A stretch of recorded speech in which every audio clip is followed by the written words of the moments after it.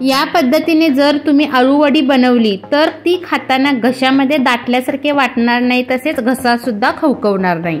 याकरिता मी गावाकडे जी आळूची पानं मिळतात ती घेतलेली आहेत, स्वच्छ धुवून घेतलेत। त्यानंतर त्याच्या शिरा मोडून घ्यायच्या आहे लाटण्याने। एका मिक्सरच्या भांड्यामध्ये मुठभर कोथिंबीर घेतली, 8 ते 10 लसणाच्या पाकळ्या, हिरव्या मिरचीचे तुकडे आणि आल्याचे तुकडे घालून मिक्सरच्या भांड्यामध्ये जाडसर पेस्ट करून घेतली। त्यानंतर 1.5 वाटी बेसनचं पीठ घेतलेलं आहे। त्यामध्येच आळूवडी कुरकुरीत होण्यासाठी मी या ठिकाणी पाव वाटी तांदळाचं पीठ वापरलेलं आहे।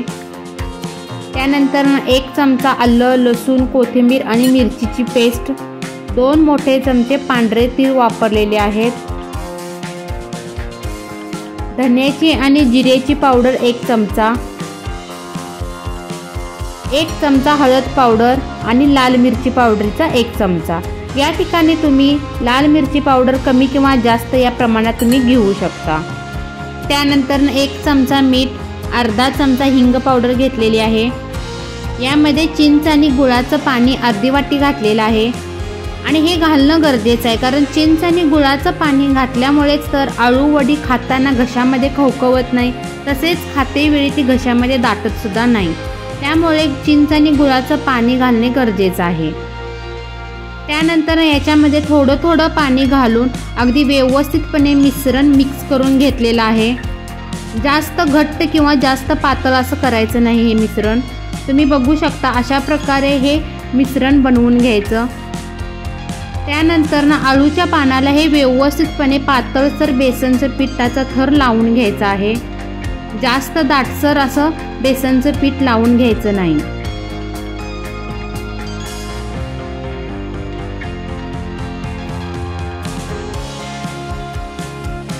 त्यानंतर उलट सुलट अशा प्रकारे या ठिकाणी मी 4 आळूवडीच्या पानांचा रोल बनवलेला आहे।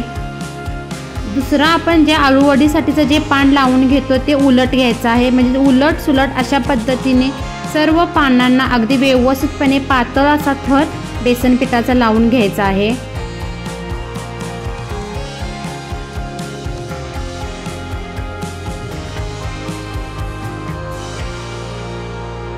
तुम्ही बघू शकता अगदी व्यवस्थितपणे पातळसर असा थर लावून घेतलेला आहे। त्याच्यानंतर रोल बनवण्यासाठी या ठिकाणी दोन्ही बाजूची जी पानं आहेत ती अगदी व्यवस्थितपणे 4ही बाजूंची पानांना पीठ बेसनचं लावून घ्यायचं। यामुळे काय होतं, आपण जो बेसन पिठाचा जो रोल बनवतो आळूवडीचा, हा पूर्णपणे घट्ट बनतो, पॅक होतो। अजिबात आळूवडीचा रोल हा सुटत नाही। आपण जेव्हा ही आळूवडी फ्राय करतो तेव्हा त्या आळूवडीचा रोल अजिबात तेलामध्ये सुटत नाही। त्यानंतर ही आळूवडी शिजवण्यासाठी ठेवण्याकरिता मी एका कढईमध्ये पाणी उकळत ठेवलेलं आहे। त्यानंतर चाळणीला अशा प्रकारे तेलाचा हात लावून घ्यायचा आणि त्याच्यामध्ये ही आळूवडी अगदी शिजण्यासाठी ठेवायची आहे। या ठिकाणी 20 ते 25 मिनिटांसाठी ही आळूवडी शिजवण्यासाठी ठेवलेली आहे।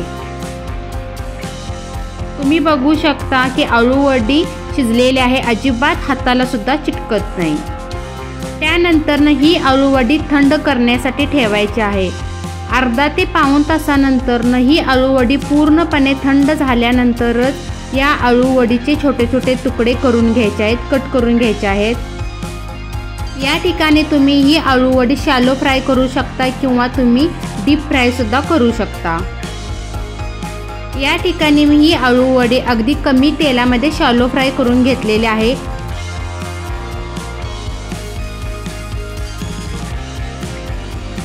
अगदी 5 ते 6 मिनिटांसाठी मंद गॅसवरती ही आळूवडी तापलेल्या तेलामध्ये सोडायची आहे, आणखी खरपूस होईपर्यंत भाजून घ्यायची आहे। तुम्ही बघू शकता की ह्या आळूवडीला किती अप्रतिम आणि सुंदर असा कलर आलेला आहे। तसेच या ठिकाणी आपण पांढऱ्या तिळाचा वापर केल्यामुळे त्या पांढऱ्या तिळामुळे तरी ही आळूवडी खूपच अप्रतिम अशी दिसत आहे। तर तयार झाली बघा खाण्यासाठी मस्त कुरकुरीत आणि खमंग अशी आळूवडी।